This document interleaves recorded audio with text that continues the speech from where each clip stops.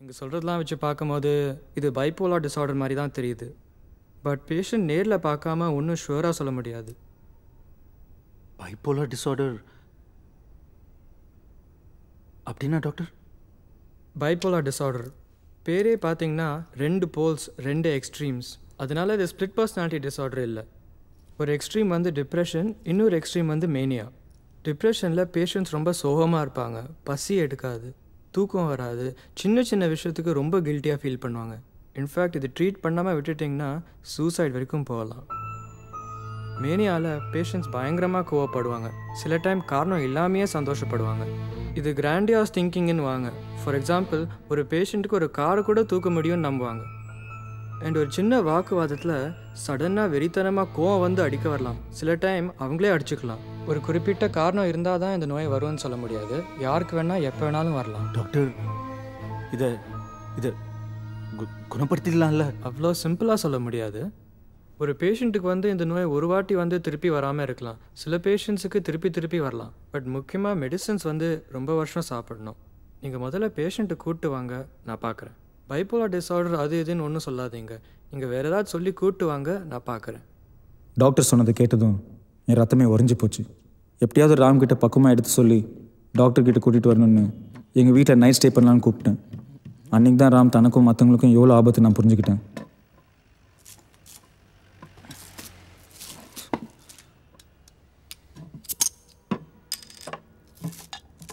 அப்படி என்னடா தலை போகிற விஷயம்?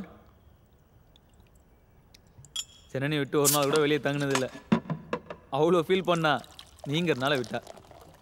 சியர்ஸ்.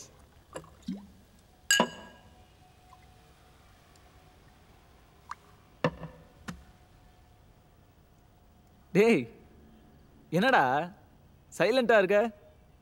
ரொம்ப நாளைக்கு அப்புறம் ஒரு நைட் ஸ்டே பண்ணுறோம், நீ என்னடானா பேய் எறிஞ்ச மாதிரி இருக்க? அது இல்லை, நீ இப்போல்லாம் கொஞ்சம் வேறு மாதிரி இருக்க, அது உனக்கு தெரியுதா? இல்லை, திடீர்னு சந்தோஷப்படுற, திடீர்னு கோவப்படுற.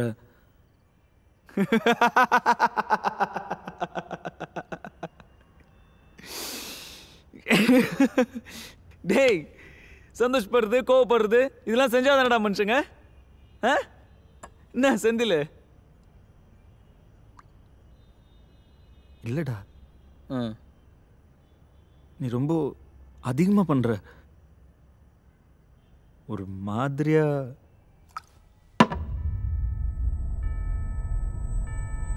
என்ன லூசுங்கிறியா? இல்லைடா, நான் அப்படி சொல்ல, நீ கொஞ்சம் அப்நார்மலா. மச்சான், நீ கோவப்படாத. பின்ன இது மாதிரி பேசுனா கோவப்படாம என்ன? இல்லைடா, அன்னைக்கு கூட நீ வயலண்டா. நான் எனக்கு தெரிஞ்ச ஒரு டாக்டர் பார்த்தேன்.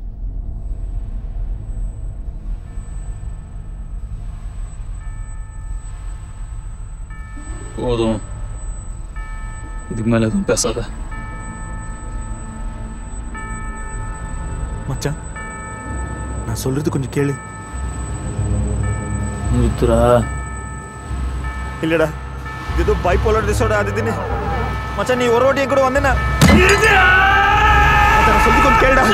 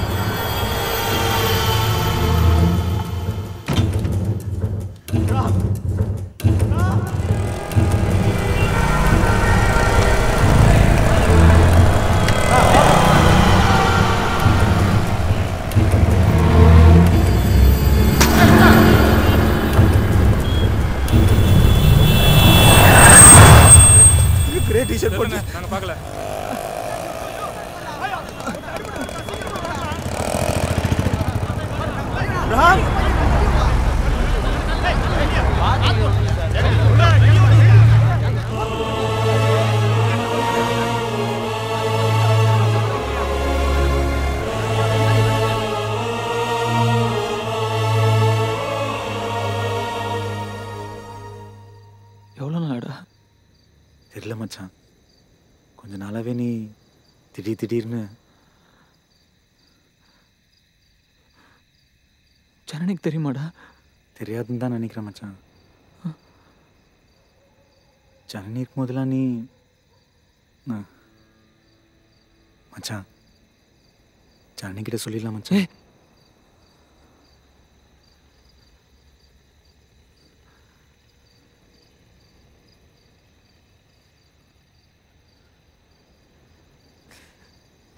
மச்சான் இப்போ நான் என்னடா பண்ணுறது? அதான் மச்சான் கீழே சொன்னேன், எனக்கு தெரிஞ்ச ஒரு டாக்டர் இருக்காங்க, போய் பார்த்துடலாம்டா. சரி மச்சான். சரி.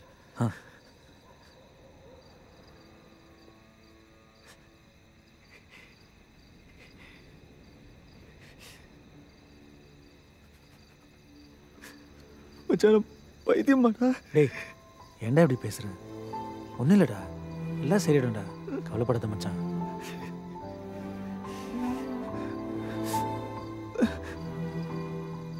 பயமா இருக்குடா.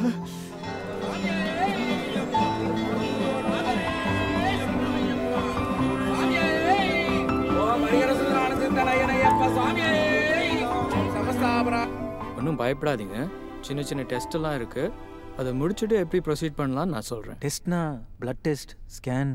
சச்சா அதெல்லாம் ஒன்றும் இல்லைங்க. ஒரு பேப்பரில் சில கொஸ்டின்ஸ் இருக்கும், அதுக்கு உண்மையாக ஆன்சர் பண்ணுங்கள், அதுக்கப்புறம் எப்படி ப்ரொசீட் பண்ணலான்னு நான் சொல்கிறேன்.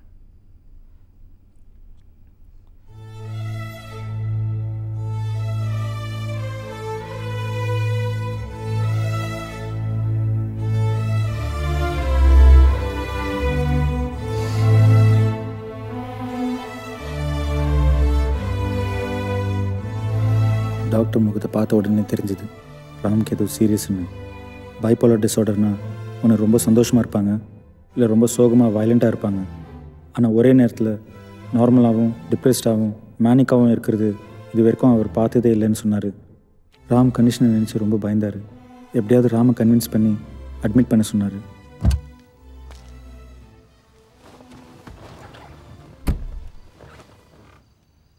மச்சான் இன்னும் 2-3 செக்கப் வரணுன்னாரு.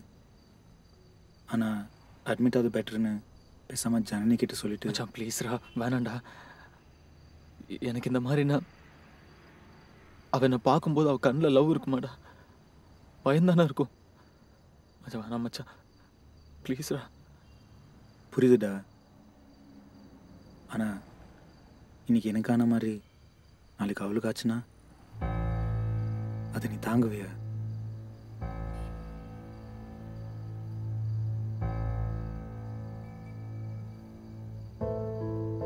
சாரிடா, பட் ஆனால் நான் சொல்லணும்ல. எனக்கு சாதாரண ஜுரம் வந்தால் கூட அவள் தாங்க மாட்டான் மச்சான். 2-3 நாள் சாப்பிடாம அழுதுகிட்டே இருப்பா. இது எப்படா தாங்குவா? அப்படியே நான் அட்மிட் ஆகிட்டா கூட அவள் லைஃப் எப்படி மச்சான் இருக்கும்? என்ன மாதிரி ஒரு பேஷண்ட்டை பார்த்துக்கிட்டு ஹாஸ்பிட்டல் வீடுன்னு எப்போ பாரு அழகா பேசுற. உனக்கு நான் அவள் உயிரே கொடுப்பாடா. தெரியும்டா, அதான் வேணாங்கிறேன். தான் நிலைமை இப்படி இருக்குன்னு, இப்படிலாம் பண்ணுறோன்னு தெரிஞ்சு கண்ட்ரோல் பண்ண முடியலன்னு ராம் ரொம்ப கஷ்டப்பட்டான். உன் கூட வீட்டில் தனியாக இருக்க பயந்தான்.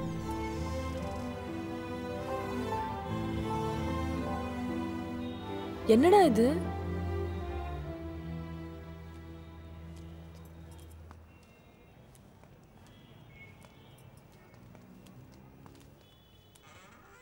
ராம், என்னன்னு கேட்டேன். என்ன ஜனனி? சபரிமலைக்கு மாலை அது எனக்கு தெரியுது, ஏன் என்கிட்ட சொல்லல? திடீர்னு தோணுச்சு.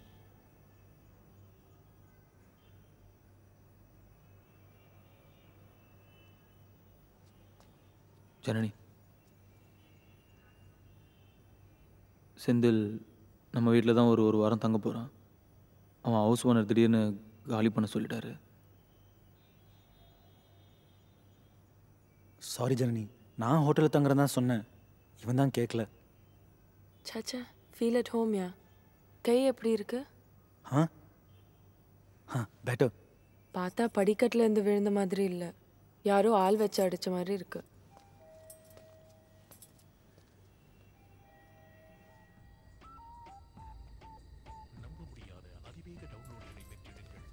செந்தில், உனக்கு பிலோ அண்ட் ஷீட் சோஃபால வச்சிருக்கேன். ராம் படுத்துக்க வரல? இல்லை ஜனனி, மாலை போட்டிருக்கேன்ல, தனியாக தான் படுக்கணும். ஜனனி